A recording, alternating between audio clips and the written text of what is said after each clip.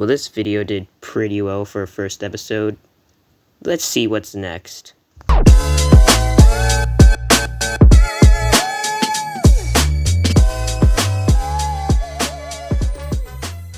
To start off, Norfolk Southern 1700 was originally built as Erie Lackawanna SD45-2 3669, all the way back in the glorious year 1961. The improvements included higher capacity D77 traction motors, improved electrical components, a 4,000-gallon fuel tank, and HT/Z trucks.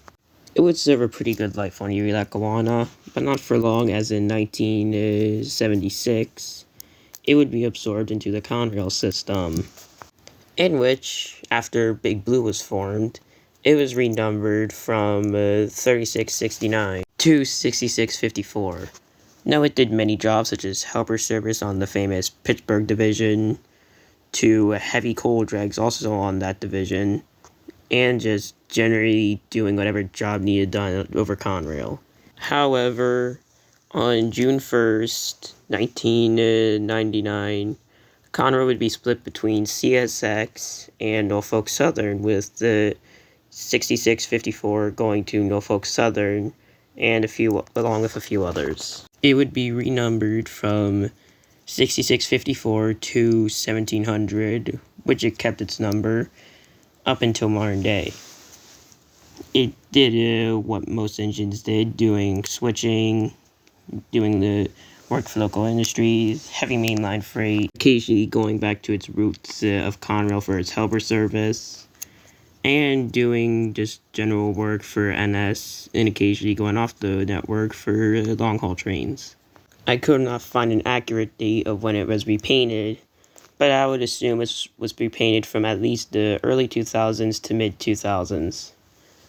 After that, it would do what it did on Conrail, same work, same old things, until at least the early 2010s, when its class was starting to be retired from mainline service and gets sold off or scrapped. However, in the fall of 2015, 1700 would be rolled out from the paint sheds in a brand new Erie Lackawanna livery, going back to the paint scheme it wore almost over 40 years ago. It would also receive new electrical components, positive train control, along with a couple of our modifications just to bring it up to standard.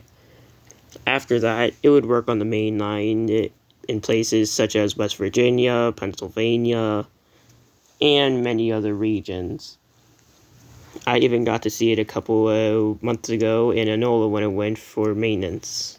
This engine still works modern day, hauling trains through West Virginia, mainly heavy coal trains. Thank you all for watching this episode of Rare Engines.